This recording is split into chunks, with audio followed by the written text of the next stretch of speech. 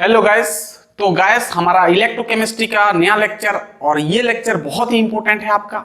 इसमें हम पढ़ने वाले हैं फैराडेज लॉ ऑफ इलेक्ट्रोलाइसिस, है ना। तो सबसे पहले हम इलेक्ट्रोलाइसिस समझेंगे क्या होता है, फिर वही उसके बेस पे आपका फैराडेज लॉ आएगा, है ना। दो ठो लॉ है, तो पहला लॉ बहुत इंपॉर्टेंट है, दूसरा लॉ आपका नहीं पूछता है। तो पहला लॉ में आपका न्यूमेरिकल्स बहुत सारा बनेगा।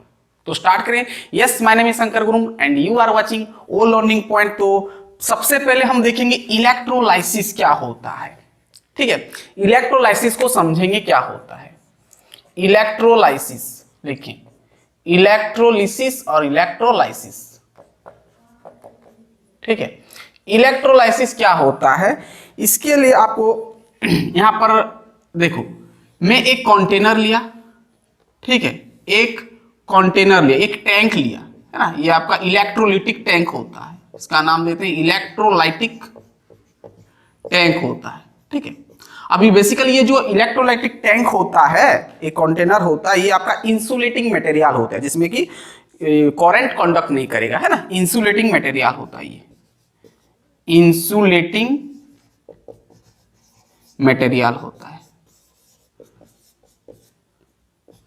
इंसुलेटिंग मटेरियल मतलब जैसे आप ग्लास हो गया, है ना, स्टोन हो गया, तो ये सबसे बना हुआ होता है आपका ये कंटेनर, ठीक है। एक कंटेनर लिया, ठीक है।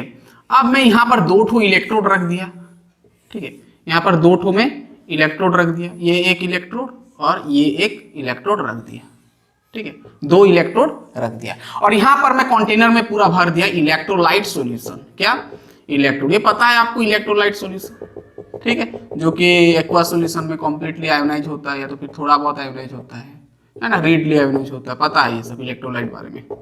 तो मैं यहाँ पर क्या ले गया भाई, इलेक्ट्रोलाइट। कोई भी सॉल्यूशन मान लो, यहाँ पर कॉपर सल्फेट है, कुछ भी सॉल्यूशन हो सकता है, NaCl हो सकता है, कुछ भी इलेक्ट्रोलाइट सॉल्यूशन में रख दिया। अब यहाँ पर ये जो आपका इलेक्ट्रोड है, ठीक है, अब ध्यान सुनना, ये एक इलेक्ट्रोड और ये एक इलेक्ट्रोड, ठीक है। अब मैं ये इलेक्ट्रोड से लेके ये इलेक्ट्रोड तक मैं यहाँ पर एक सेल रख दिया, ठीक है।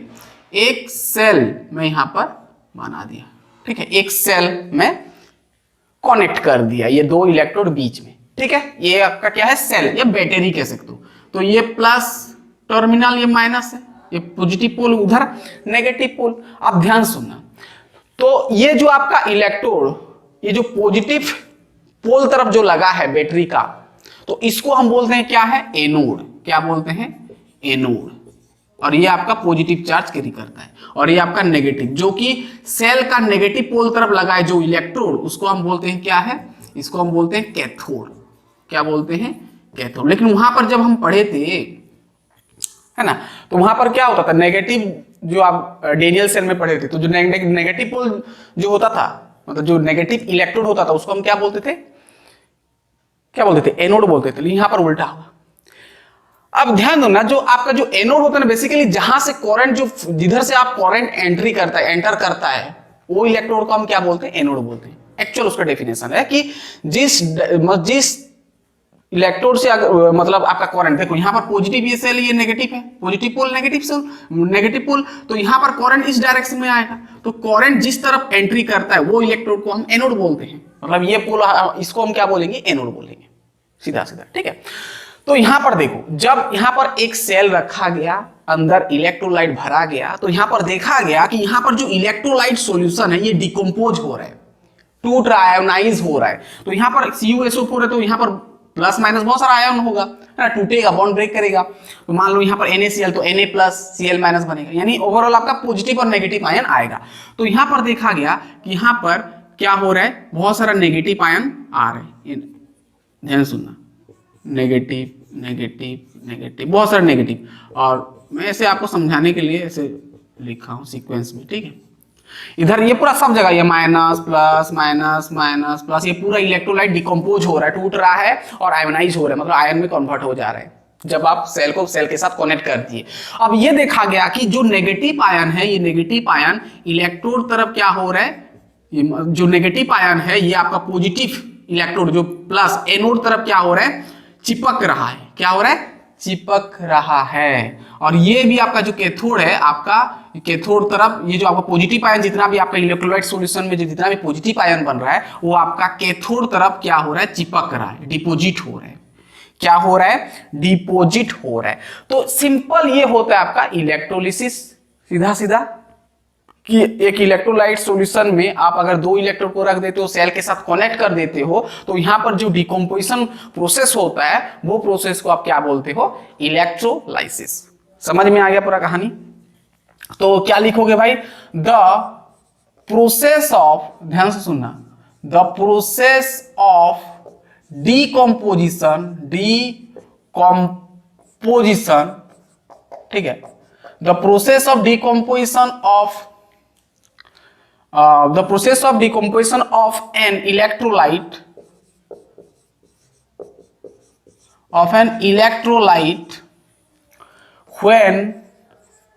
when electric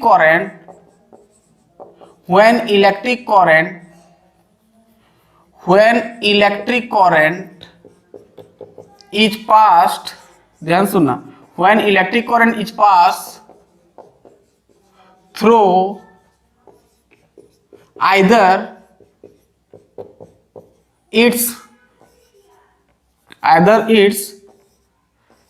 aqueous solution और molten state, ना लिक्विड स्टेट में, मोल्टेन स्टेट, ठीक है ना भाई। ये होता है आपका इलेक्ट्रोलिसिस का डेफिनेशन, कि जो यहां पर जो आप इलेक्ट्रोलाइट सॉल्यूशन है, यहां पर जो डिकम्पोज हो रहा है, आयन में टूट रहा है, प्लस माइनस, मान लो यहां पर CuSO पर तो Cu2 प्लस SO4 2 माइनस, इस प्रकार टूटेगा, है ना। तो ये जो टूटेगा तो एक तरफ क्या हो जाएगा, नेगेटिव, एक तरफ पॉजिटिव हो जाएगा, और नेगेटिव यहां पर जितना भी नेगेटिव आयन बनेगा वो आपका एनोड तरफ चिपकेगा, है ना, एनोड तरफ मतलब चिपक जाएगा, और जो नेगेटिव जो पॉजिटिव जो आयन बनेगा वो आपका कैथोड तरफ चिपकेगा। ये देखा गया प्रैक्टिकली, ठीक है। तो यहां पर आपको ये समझ में आया, ठीक है। तो यहां पर जो कैथोड है, ध्यान सुनना, इतना तो समझ में आ गया इलेक्ट्रोलिसिस क्या होता है, सिंपल उतना ही है बस। और यहां पर जो देखो, यहां पर गौर से देखोगे तो एक्चुअल में जो ये इलेक्ट्रोड है ये पॉजिटिव है और ये इलेक्ट्रोड नेगेटिव है। तो ये पॉजिटिव है, ये नेगेटिव है, अट्रैक्ट हो रहा है, ये नेगेटिव है, ये पॉजिटिव अट्रैक्ट हो रहा है। तो यहां पर एक चीज समझना कि द मूवमेंट ऑफ, ध्यान सुनना, द मूवमेंट ऑफ आयंस, ठीक है, जो आयन मूवमेंट करता है, movement of ions towards the movement of ions towards the oppositely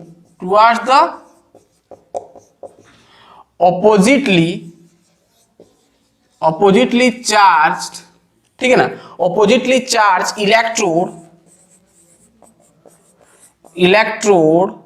electrode is called, ध्यान सुनना, is called electrolytic, ध्यान सुनना, इलेक्ट्रोलाइटिक और इलेक्ट्रोलिटिक कंडक्शन,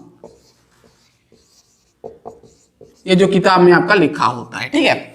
यहां पर जो आयन सब का मूवमेंट हो रहा है, डिफरेंट इलेक्ट्रोड, देखो यहां पर प्लस है तो माइनस, डिफरेंट इलेक्ट्रोड, तो यहां प्लस आयन है तो नेगेटिव तरफ मूव कर रहा है ना, मूव कर रहा है, और माइनस है तो पॉजिटिव तरफ मूव कर रहा है। तो ये प्रोसेस को हम क्या बोलते हैं, इलेक्ट्रोलाइटिक कंडक्शन बोलते हैं, कि the movements of ions towards the oppositely charge electrode, ध्यान सुना, ऑपोजिटली चार्ज इलेक्ट्रोड, मतलब यहां पर अगर प्लस बन रहा है तो नेगेटिव तरफ जाएगा कैथोड तरफ, और माइनस बनेगा तो एनोड तरफ चिपकेगा। तो ये कहानी होता है आपका इलेक्ट्रोलाइटिक कंडक्शन, ठीक है। ये छोटा छोटा टर्म याद रखना। और यहाँ पर ये जो टैंक लेते हो आपका इंसुलेटिंग मटेरियल होता है, ग्लास हो सकता है, स्टोन हो सकता है। कहानी पूरा समझ में आ गया। अब एनोड का कहानी क्या है, कि एनोड का कहानी ये है कि जो आपका इलेक्ट्रोड जो सेल का, ऐसे लिख सकते हो एनोड का, यहाँ पर जो डेफिनेशन होगा, इतना तो समझ में आ गया पूरा।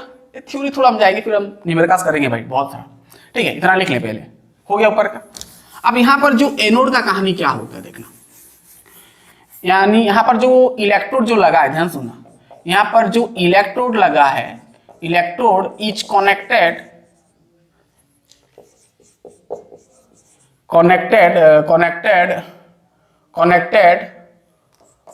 टू द, क्या, electrode connected to the positive pole of cell is called क्या, एनोड बोलेंगे, ना, जो पॉजिटिव पोल तरफ लगा है उसको हम क्या बोलेंगे, एनोड बोलेंगे। while the electrode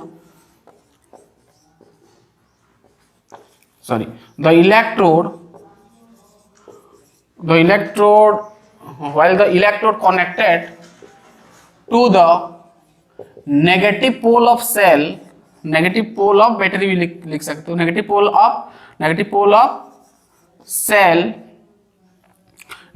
of cell is called क्या, कैथोड।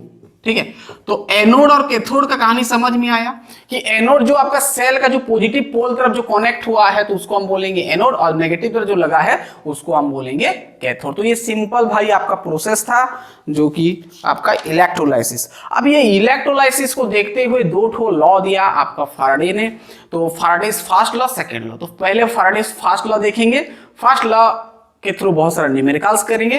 ठीक है, चलिए इतना दूर तक आपको समझ में आ गया इलेक्ट्रोलिसिस क्या होता है ना, the decomposition of an electrolyte when electric current is passed through at any electrode is at any electrode ना, at any electrode, ठीक है, at any electrode through either its aqueous solution or molten state।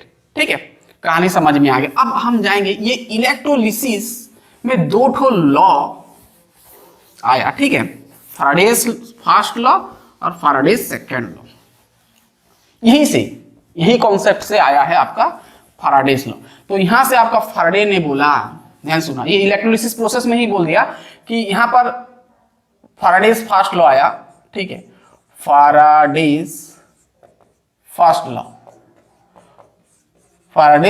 Law अब electrolysis भी किताब में लिखा होता है। ठीक है, तो फैराडेज ने ये बोला कि देखो यहां पर जो इलेक्ट्रोलाइसिस हो रहा है तो इलेक्ट्रोलाइट डिकम्पोज हो रहा है प्लस और माइनस में।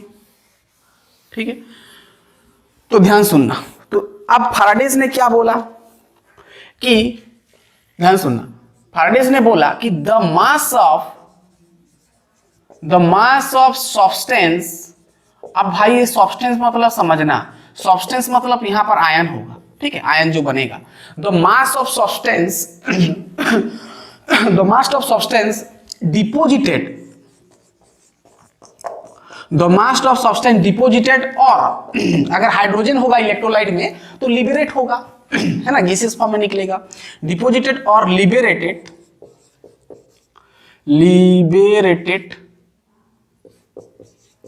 The mass of the substance deposited और लिबरेटेड एट एनी इलेक्ट्रोड, कोई भी इलेक्ट्रोड में डिपोजिट में चिपकेगा। The mass of the substance deposited or liberated at any electrode is directly, ध्यान सुनना, is directly proportional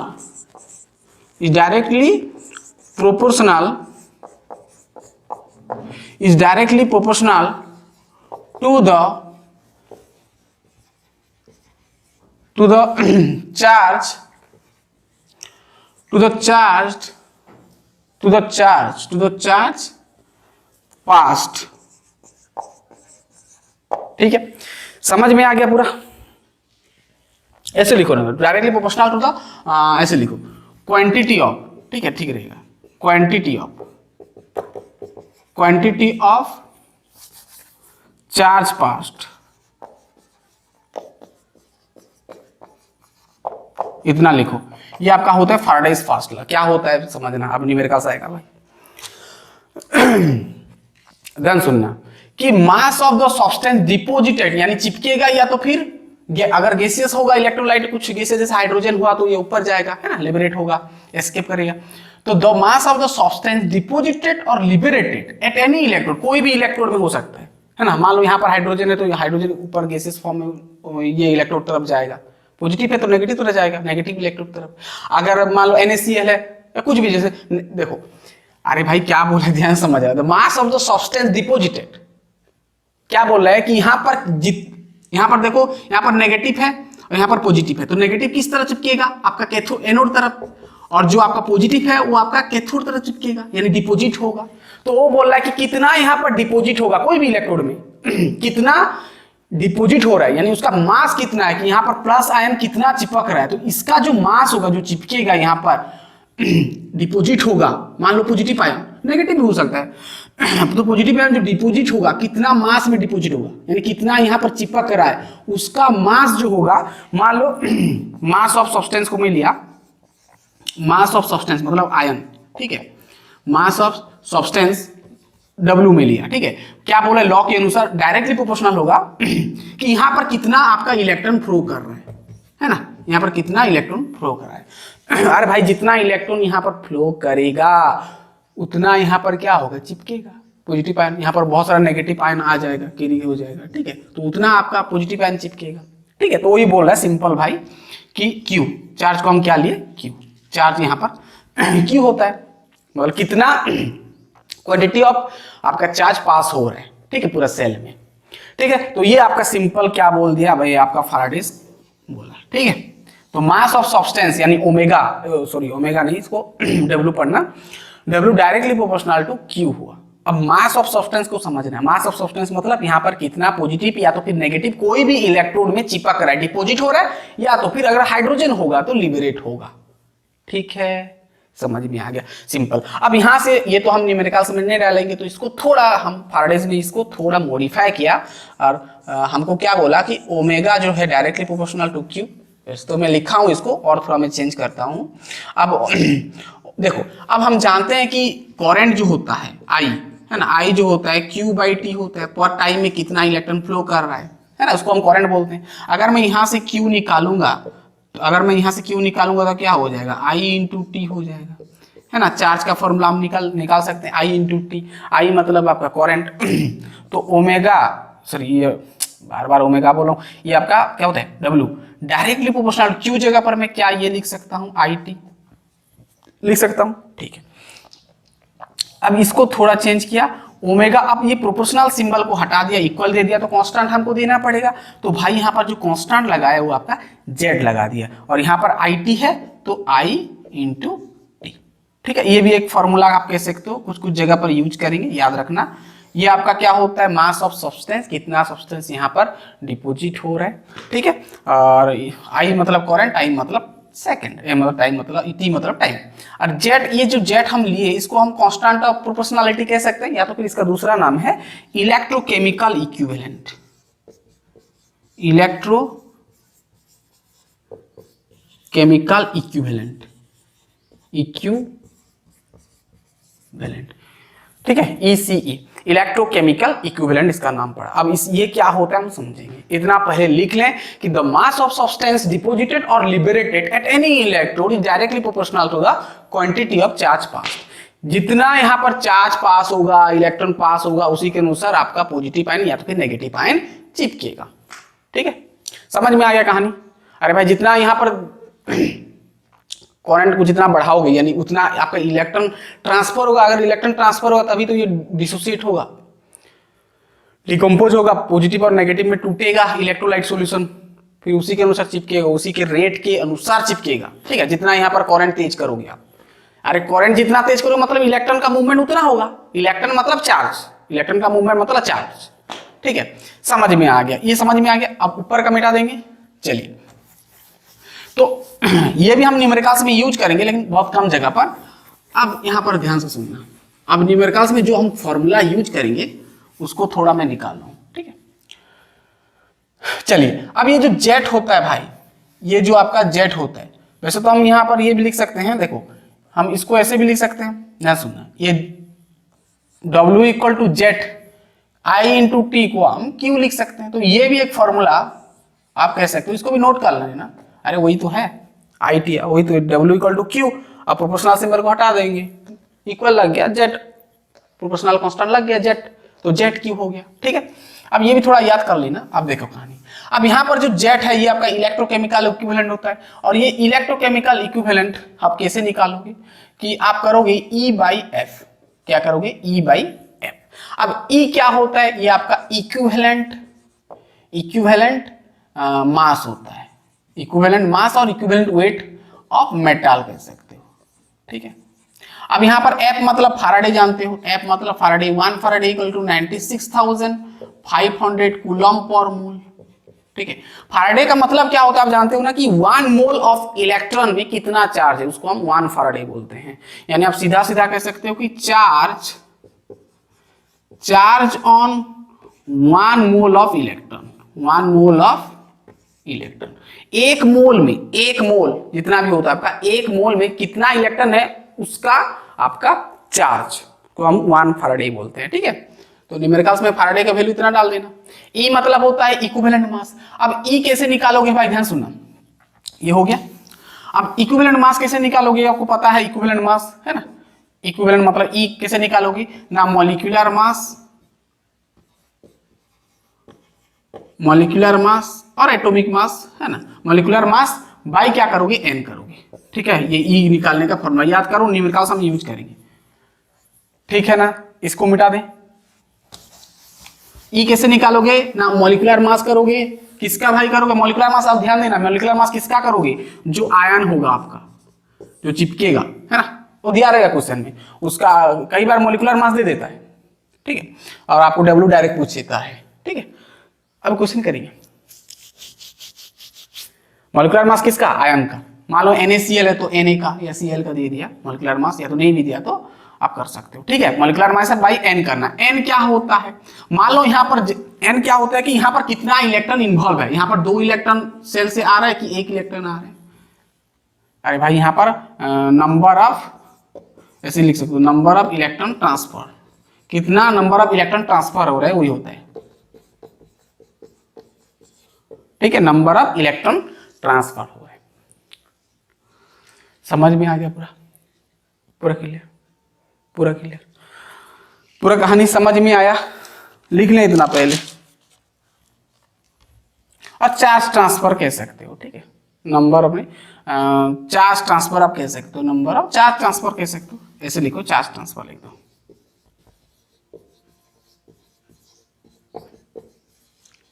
अब फील आएगा ट्रांसफर। ठीक है, समझ में आ गया पूरा।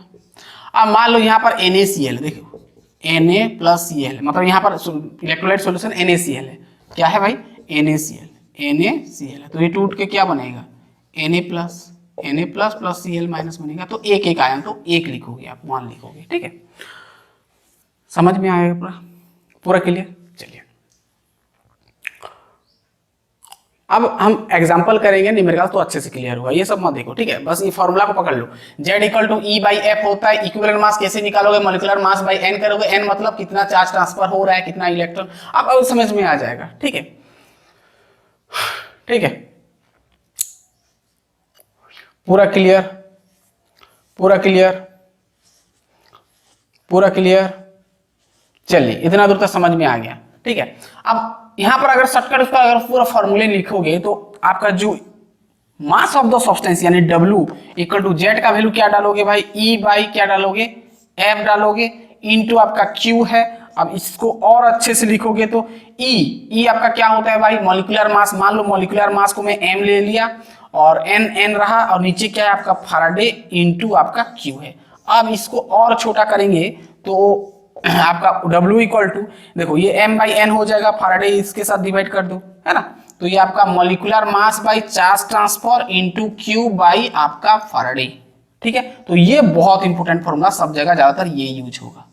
अब Q का तो आप निकाल सकते हो I इंटू T करके, है ना, ये इंपॉर्टेंट है, ये न्यूमेरिकल्स में यूज करेंगे, लिख लो। और वो ये आपका क्या होता है भाई, मास ऑफ द सब्सटेंस। ठीक है, कितना आपका डिपोजिट हो रहा है या तो फिर लिबरेट हो रहा है, इसको नोट करो, ये हम अप्लाई करें, लिख लें फटाफट, ये मेन है। अब न्यूमेरिकल्स करेंगे भाई, समझ में आएगा। चलिए, ये M क्या होता है भाई, मॉलिक्यूलर मास होता है ना, आयन का। क्लियर। चलिए अब हम सवाल लेंगे, क्लियर हो जाएगा भाई, सब क्लियर होगा, टेंशन नहीं लेना। मिटा दिया,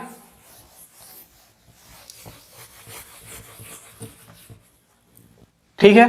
चलिए अब फर्स्ट सवाल, फर्स्ट क्वेश्चन। अब कॉन्सेप्ट क्लियर हो जाएगा। क्या होता है ना, हम थ्योरी अगर कर लेते हैं ना, कॉन्सेप्ट अगर स्ट्रांग हो जाता है तो आप न्यूमेरिकल्स भी कर लेते हो। ठीक है, अब सबसे बहुत छोटा सवाल कि 2 फैराडे, ध्यान सुनो, 2 Faraday of electricity, 2 Faraday of electricity are passed through a solution of, ध्यान सुनिए, सॉल्यूशन ऑफ कॉपर सल्फेट, मतलब आपका जो इलेक्ट्रोलाइट सॉल्यूशन है कॉपर सल्फेट है, तो द मास ऑफ ध्यान सुना, द मास ऑफ कॉपर, ध्यान सुना, the mass of copper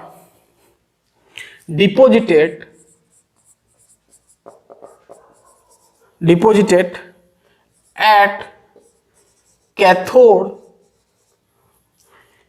is, option दे दिया, सबसे फर्स्ट ऑप्शन में दिया 22 ग्राम, बी नंबर दिया आपको 127 ग्राम, और सी ऑप्शन दिया 0 ग्राम, और डी ऑप्शन दिया आपका 63.5 ग्राम। ठीक है, ऑप्शन दिया आपको, क्या होगा बताना है। ठीक है, अब ध्यान से सुनना, अब ध्यान, इसको पहले ना थोड़ा गेस करो, थोड़ा इसको ना इमेजिन करो। ठीक है, कि 2 फाराडे है, इलेक्ट्रिसिटी पास कर रहा है, यानी सेल से निकल रहा है 2 फाराडे इलेक्ट्रिसिटी। ठीक है, थ्रू ए सॉल्यूशन, कौन सा सॉल्यूशन में, एक सॉल्यूशन ऑफ कॉपर सल्फेट, मतलब आपका इलेक्ट्रोलाइट कॉपर सल्फेट आ गया।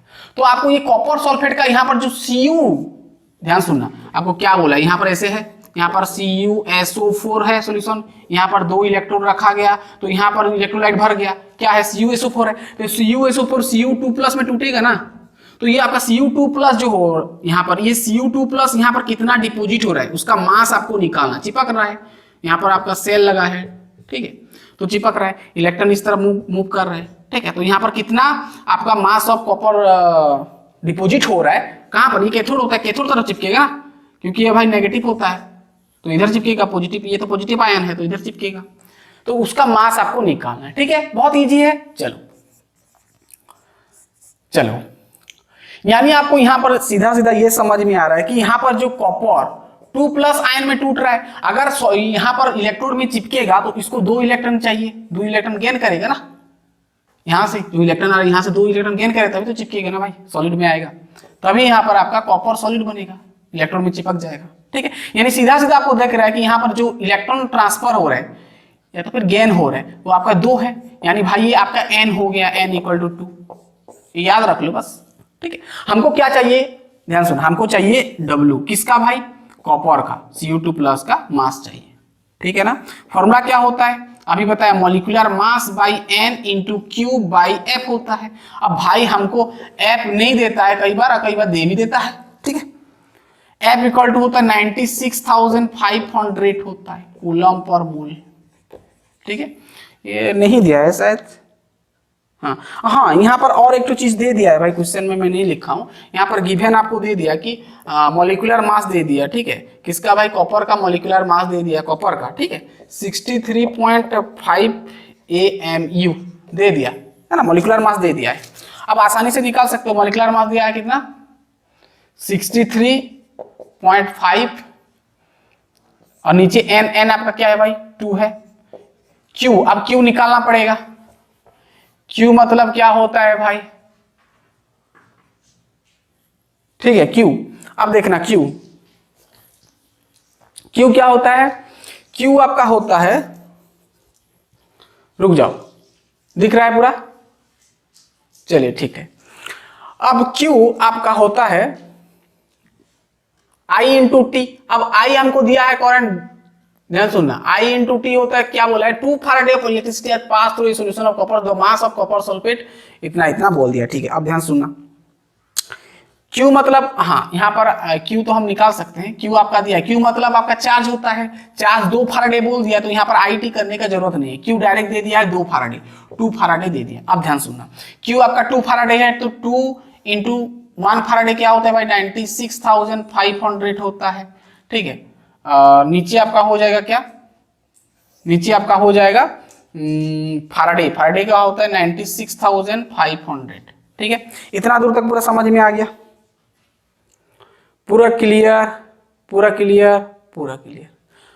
ठीक है, ये तो काट दो ना, तो बचेगा 2 भी कट गया, बच गया 63.5 ग्राम। ठीक है, ग्राम लिख देना भाई, है ना, मास का ग्राम हो गया। ठीक है, पूरा क्लियर। लेकिन सभी यूनिट ना सही पूरा सही लिखना, देन आप डायरेक्ट ग्राम लिख सकते हो। अदरवाइज मान लो यहाँ पर मिली एम्पियर दे दिया तो आंसर जो आएगा आपको ग्राम में कन्वर्ट फिर चेंज करना पड़ेगा आपको यूनिट, ठीक है। पहले सब यूनिट सही कर लेना। जैसे 2 फैराडे है तो कूलम पर मोल, ठीक है, ये सब कूलम पर मोल होना चाहिए फैराडे का, और मॉलिक्यूलर मास तो ठीक ठाक है। अब यहाँ पर ध्यान देना, जो आप अब आगे नंबर करेंगे तो वो उस प्रकार का आएगा, मैं आगे से बोल दे रहा हूँ। जब आपके पास करंट हो, करंट हमेशा ध्यान सुना, अब जो करंट आप लोगे ना वो आपका एम्पियर में लोगे, कई बार मिली एम्पियर में दे देता है तो एम्पियर में लेना पड़ेगा आपको, है ना, ए में, ठीक है। अब उस प्रकार का सवाल करेंगे भाई, ये आंसर आया आपका 63.5, तो ये आएगा, ठीक है। चलिए नेक्स्ट सवाल हम करते हैं। एक नंबर हो गया और एक ठो इसके जैसा हम सवाल लेंगे। हो गया, लिख लिया, मिटा दें। चलिए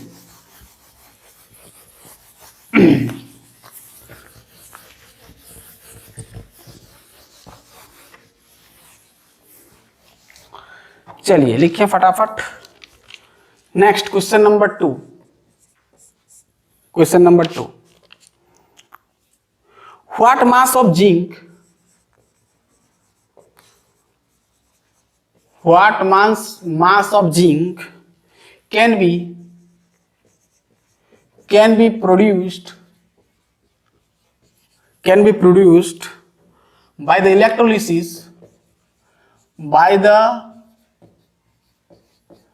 electrolysis of zinc sulfate, ZnSO4 लिख दिया हूं, solution when a steady current, अरे भाई इसको करंट ही समझो, when a steady current of 0.015 ampere, current का यूनिट होता है, ठीक है, इज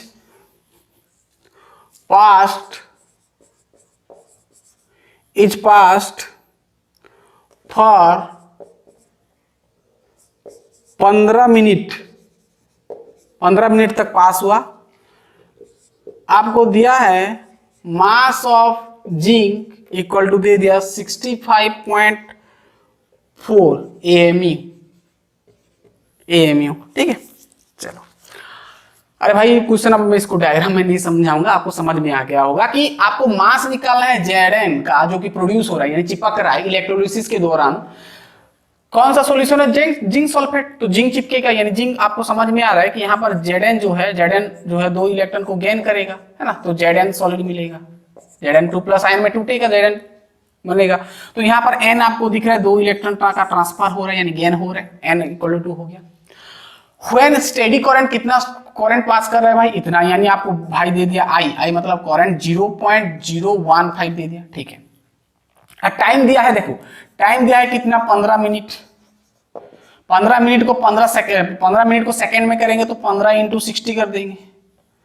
अब इसको बाद में करेंगे, पहले इसको मिनट में रख देते हैं, ठीक है। अब हमको Q चाहिए, तभी तो हम W निकाल पाएंगे ना। I × T होता है, I आपका 0.015 एम्पियर है। अब ध्यान सुनना, टाइम है आपका 15 मिनट, तो सेकंड में करेंगे तो 60 के साथ मल्टीप्लाई कर देंगे, ठीक है। तो ओवरऑल इसको अगर हम मल्टीप्लाई कर देते हैं, तो आएगा आपका 13.5 एम्पियर सेकंड आएगा। ये 30 सेकंड होता है, तो एम्पियर सेकंड यानी आप कह सकते हो क्या कह सकते हो भाई? कूलम, है ना, 13.5 कूलम भी कह सकते हो, ठीक है। इतना आ गया। अब ध्यान सुनना, इतना समझ में आ गया। हमेशा जो टाइम है सेकंड में लेना है, ठीक है, 60 के साथ मल्टीप्लाई कर देना है। अब देखना 1 मिनट यानी 60 सेकंड, तो 60 सेकंड के साथ मल्टीप्लाई कर देना। अब ध्यान सुनना, अब हमको मास ऑफ द सब्सटेंस किसका चाहिए? Zn का चाहिए, Zn2 प्लस कह सकते हो, Zn का कह सकते हो। तो यहां पर क्या हो जाएगा भाई? फॉर्मूला क्या होता है? मॉलिक्यूलर मास N इंटू क्या होता है Q बाई क्या होता है? फैराडे, Q बाई फैराडे होता है, ठीक है। फैराडे का वैल्यू हमको नहीं दिया है, समझ जाना, यहाँ पर फैराडे 96,500 है। अब मॉलिक्यूलर मास हमको दे दिया जिंक का, कोई दिक्कत नहीं है, 65.4 बाई N मतलब कितना इलेक्ट्रॉन ट्रांसफर हो रहा है, हाँ कितना इलेक्ट्रॉन ट्रांसफर हो रहा है? 2 इलेक्ट्रॉन। Q आपको मिल गया कितना भाई? 13.5, ठीक है। फैराडे सब यूनिट चाहिए, लास्ट में ग्राम लिख देना बस। फैराडे मतलब 96,500, ठीक है। अब ये कटिंग होगा भाई, सब कैलकुलेशन करोगे तो आपको मिलेगा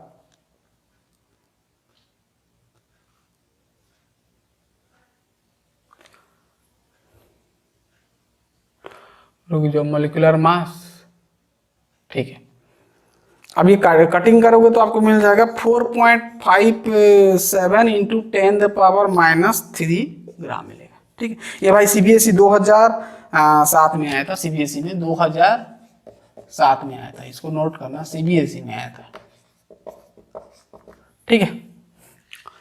ये काट सकते हो, काट लेना, ठीक है। समझ में आ गया, बहुत ही इजी है। चलिए नेक्स्ट सवाल हम जाते हैं आगे। हो गया, चलिए लिख लिए। आप चाहो तो ये फॉर्मूला भी डाल सकते हो और एक फॉर्मूला भी डाल सकते हो, जो W इक्वल टू जो होता है Z इंटू क्यू। अब Z को फिर E बाई क्या करोगे, E बाई F करोगे, फिर Q करोगे, ठीक है, फिर E को M बाई N करोगे, वही तो हैगा ना भाई। आप डायरेक्ट ये फॉर्मूला डाल सकते हो, वही तो है कहानी। मैं डायरेक्ट आपको फॉर्मूला बता दिया, ये होता है, ठीक है। चलिए लिख ले इतना फटाफट, देन आगे बढ़ेंगे।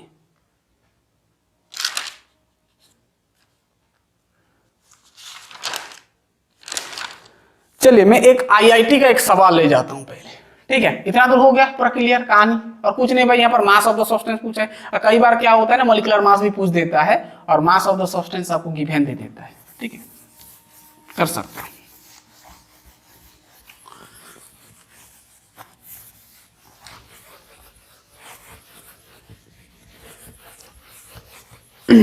चलो एक आईआईटी का जो सवाल आया है 2008 का, वो थोड़ा देख लेते हैं।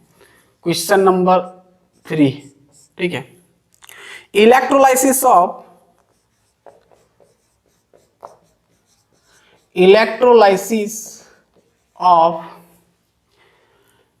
dilute aqueous NaCl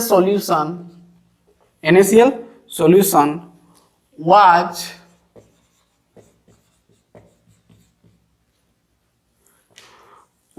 carried out by passing 10, देखो मिली एम्पियर, ध्यान सुनना, मिली एम्पियर करंट, ठीक है। The time required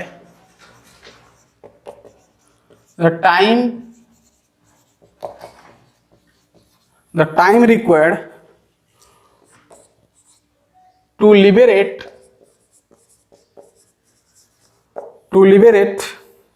0.01 mole of H2 gas, यानी हाइड्रोजन गैस है भाई, एट कैथोड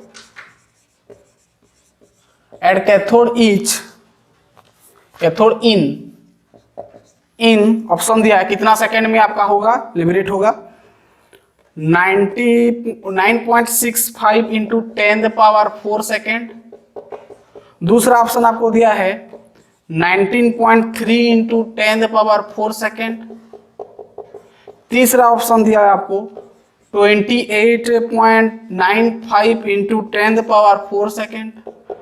चौथा ऑप्शन दिया है 38.6 इंटू 10⁴ सेकेंड। पहले क्वेश्चन का समझो, ये 2008 में आया था, 2008 में, वो भी आपका आईआईटी में आया था, ठीक है, नोट करना। अब इसको पहले समझ जाओ क्वेश्चन कि एक इलेक्ट्रोलिसिस प्रोसेस चल रहा है जहां पर डाइल्यूट एक्वस NaCl सॉल्यूशन है ना, कैरिड आउट बाय पासिंग, कितना करंट फ्लो कर रहा है, 10 मिली एम्पियर, है ना। और टाइम आपको क्या निकालना है कि the time required to liberate, मतलब आपको ये निकालना है कि 0.01 मोल इलेक्ट्रॉन, मतलब 0.01 जो हाइड्रोजन जो लिबरेट हो रहा है उसको कितना टाइम लग रहा है। The time required to liberate 0.01 mole of H2 gas at cathode, मतलब कैथोड तरफ कितना लिबरेट हो रहा है, मतलब 0.01 मोल में कितना समय लग रहा है लिबरेट होने में, चिपकने में भी, चिपकेगा तो नहीं, गैसेस फॉर्म में बाहर निकलेगा, तो वो उसको निकालना है आपको। समझ में आ गया कि 0.01 मोल लिबरेट होने में उसको कितना समय लग रहा है, ऑप्शन दे दिया ये। समझ में आ गया। चलो तो सबसे पहले तो हमको W तो निकालेंगे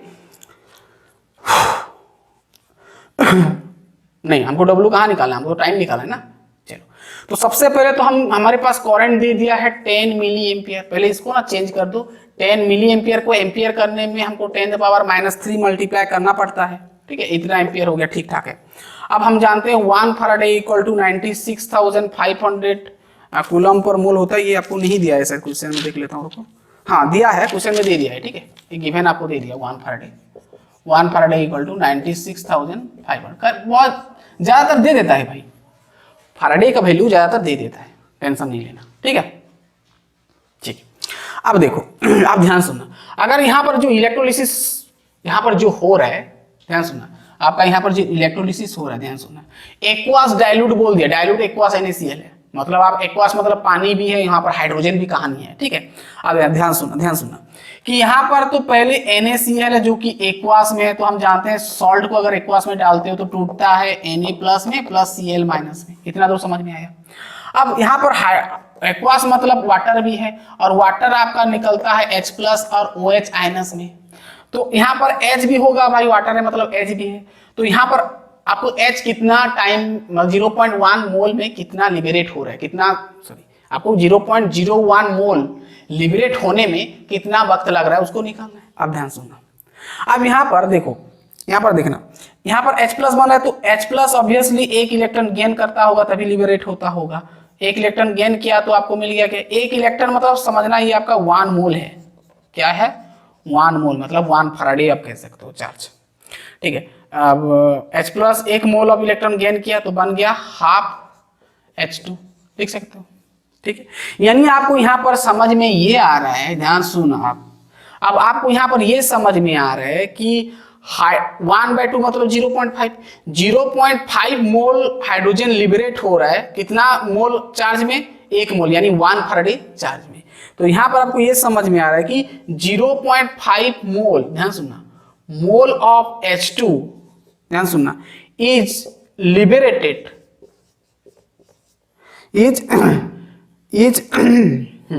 liberated by 1 फैराडे मतलब 1 मोल चार्ज में आपका 0.5 मोल H2 लिबरेट हो रहा है, तो आपको 0.01 मोल में कितना लिबरेट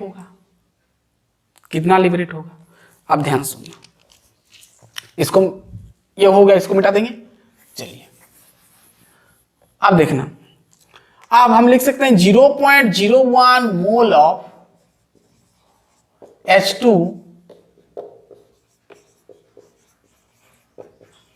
लिबरेटेड बाई चार्ज, ध्यान सुनो, बाई चार्ज क्या हो जाएगा भाई, 96,500 यानी फैराडे 0.5 इंटू 0.01 कर सकते हैं, कोई दिक्कत नहीं है।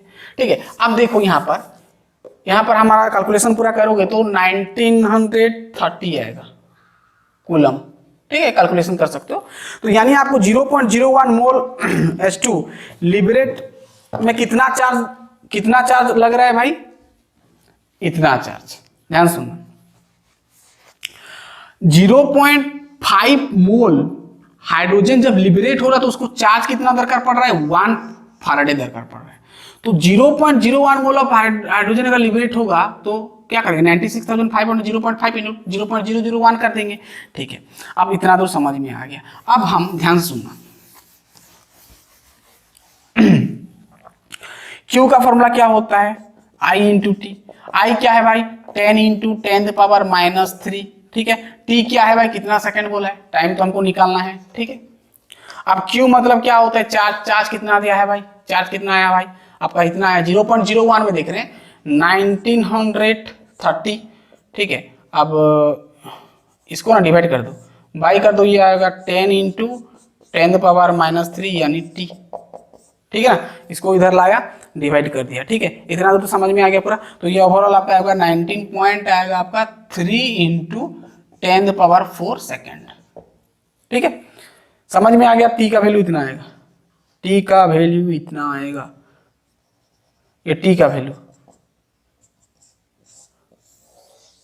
समझ में आ गया, नोट कर लो। ये टी का वैल्यू इतना 19 पॉइंट ये आएगा।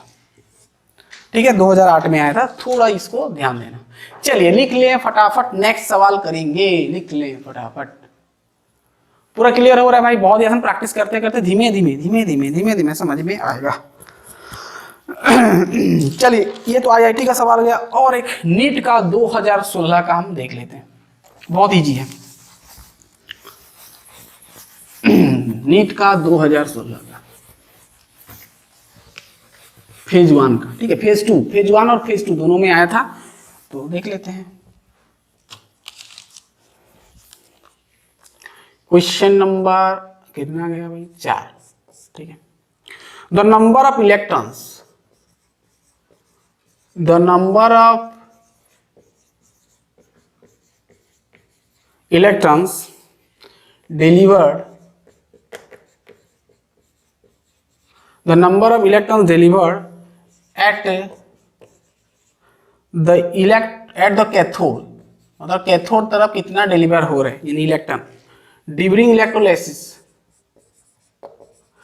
ड्यूरिंग इलेक्ट्रोलाइसिस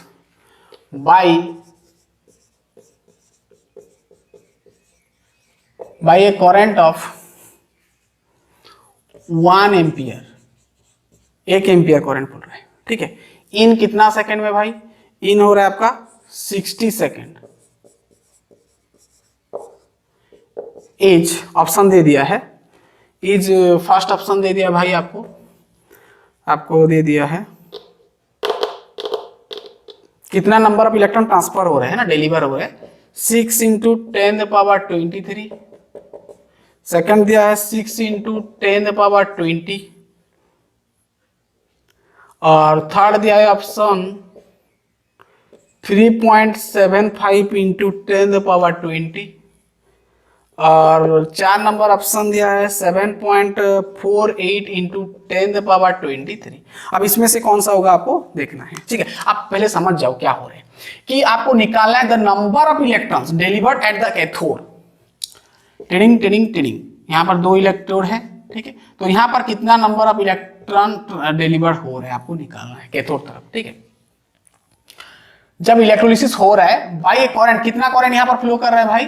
करंट आपको फ्लो कर रहा है 1 एम्पियर करंट फ्लो कर रहा है कितना सेकंड तक? 60 सेकंड तक। यानी आपको यहाँ पर तो पहले लिख लेना भाई, तो आपको सीधा सीधा क्या नंबर ऑफ इलेक्ट्रॉन्स निकालना है, यानी आपको n निकालना है।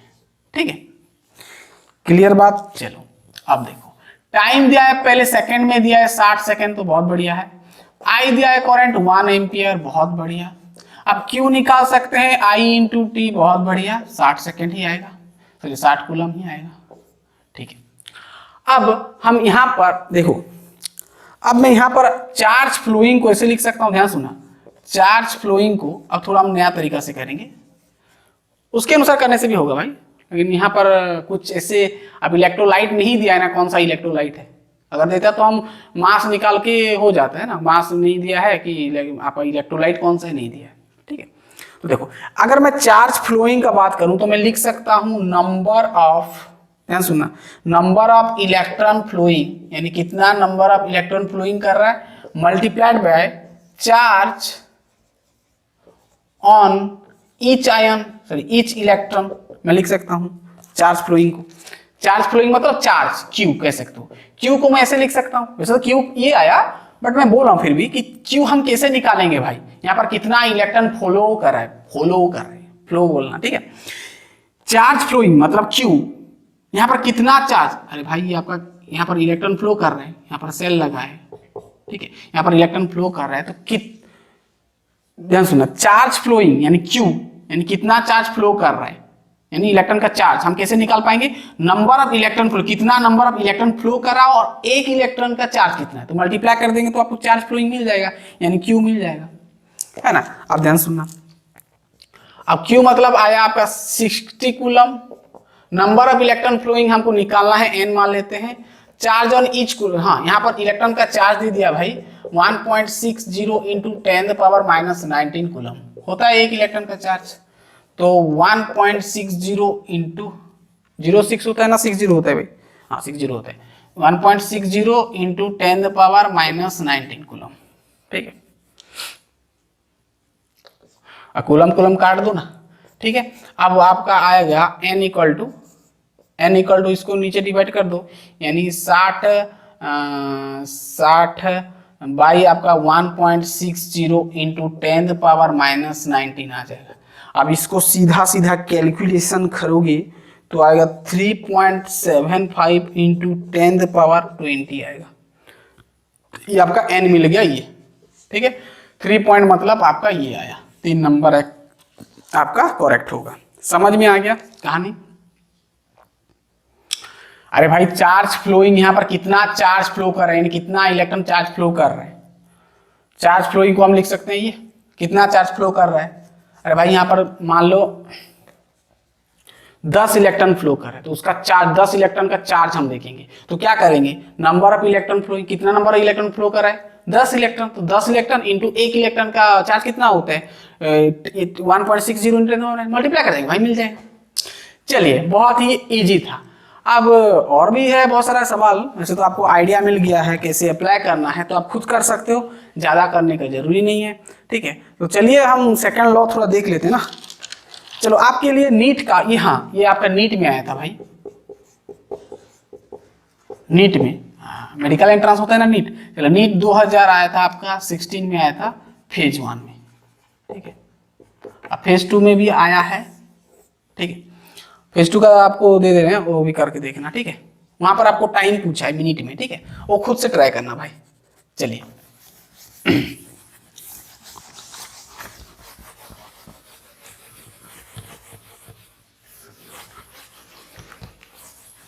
चलिए फॉर यू आपके लिए क्वेश्चन में दिया वही नीट का, ठीक है। नेक्स्ट क्वेश्चन 5 आपके लिए, ठीक है। करना और कितना आएगा बताना भाई, ठीक है। During the electrolysis, during the electrolysis of molten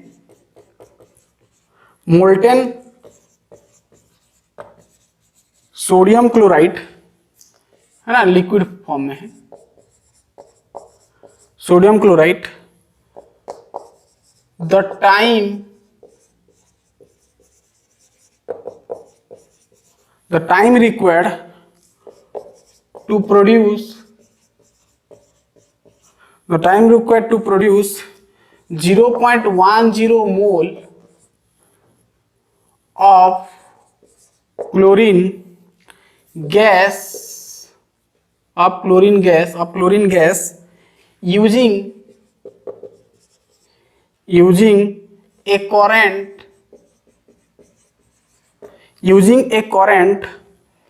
of 3 ampere is, first option दिया है 55 मिनट लगेगा टाइम, दूसरा दिया है 110 मिनट, ठीक है। तीसरा दिया है 220 मिनट और चौथा आपको दिया है 330 मिनट, ठीक है। बहुत ईजी है, बहुत ईजी है। वही आपको फॉर्मूला डालना है, W इक्वल टू क्या होता है भाई, मॉलिक्यूलर मास होता है ना, होता है कि नहीं, नहीं वो फॉर्मूला डालोगे तो नहीं मिलेगा, आप Q का फॉर्मूला डालोगे ना, Q इक्वल टू आपका होता है I/T, ये डालोगे ठीक हो जाएगा, मिल जाएगा, ठीक है, I/T। समझ में आ गया? पूरा clear sir, current into time, इसके अनुसार आपको डालना है। आपको टाइम निकालना है तो T इक्वल टू आप कर सकते हो, ये I है तो Q/I, ठीक है ना। तो आपको क्या बोला है पहले समझ जाओ कि एक इलेक्ट्रोलाइसिस प्रोसेस चल रहा है, किसका, सोडियम क्लोराइड, जो कि आपका मोल्टेन में है यानी लिक्विड में है। तो आपको निकालना है कि टाइम रिक्वायर्ड है, कितना टाइम लगेगा 0.10 mole of chlorine gas liberate होने में, लिबरेट नहीं दिया है, बस आपको समझना है, गैस है मतलब लिबरेट हो रहा है। अगर करंट 3 एम्पियर फ्लो कर रहे हैं तो आपको सीधा सीधा ये निकालना है, चार्ज निकालना है, करंट निकालना है, तो आपको मिल जाएगा। करंट तो है, चार्ज निकाल सकते हो, क्यों आपको दिया है कि नहीं दिया है, निकाल सकते हो आप। ठीक है, समझ में आ गया पूरा, पूरा क्लियर। 1 मोल ऑफ Cl2, हाँ ठीक है, आप निकाल सकते हो, थोड़ा दिमाग लगाना भाई यहाँ पर। पूरा कहानी समझ में आ रहा है, ये आप करना खुद से। यह आया था नीट में 2016 फेज 2 में आया था। ठीक है, करके देखना। ठीक है, चलिए आपको आइडिया मिल गया है कैसे कैसे अप्लाई करना है, खुद से सब प्रैक्टिस करना भाई। ठीक है, वैसे तो बहुत सारा नंबर बनेगा, लेकिन जो ज्यादातर चांसेस होता है वो सब टाइप में बता दिया आपको। चलिए अब सेकंड लॉ थोड़ा देख लेते हैं, वहां तो क्वेश्चन नहीं बनता है, फिर भी अगर बोर्ड में अगर सेकंड लॉ पूछ लिया तो आप बता सकते हो। Faraday's second law of electrolysis, Faraday's second law of electrolysis, second law. इसके बाद ना भाई आपका बहुत इंपोर्टेंट लेक्चर आएगा कंडक्टेंस के बारे में, मोलार कंडक्टेंस और इक्विवेलेंट कंडक्टेंस। फिर इसके बाद आएगा कोलोरस लॉ, कोलोरस लॉ जो कि बहुत इंपॉर्टेंट है, सभी में आपका देता है। चलिए इसको थोड़ा डेफिनेशन लिख देते हैं भाई, और कुछ नहीं समझना है आपको। चलिए क्या बोला है कि व्हेन, ध्यान सुनना, when the same quantity, when the same, when the same quantity of electric current, और इलेक्ट्रिसिटी लिख दो, when the same quantity of electricity is passed through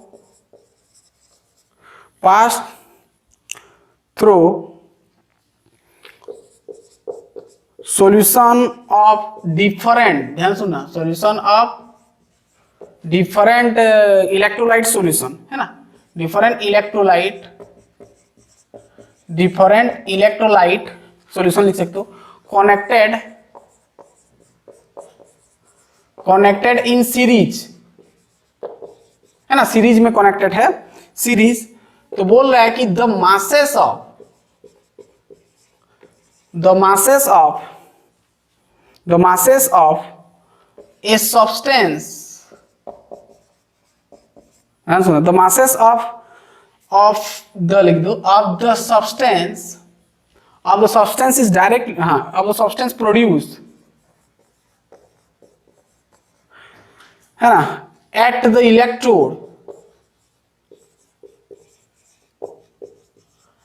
electrode is or are directly proportional,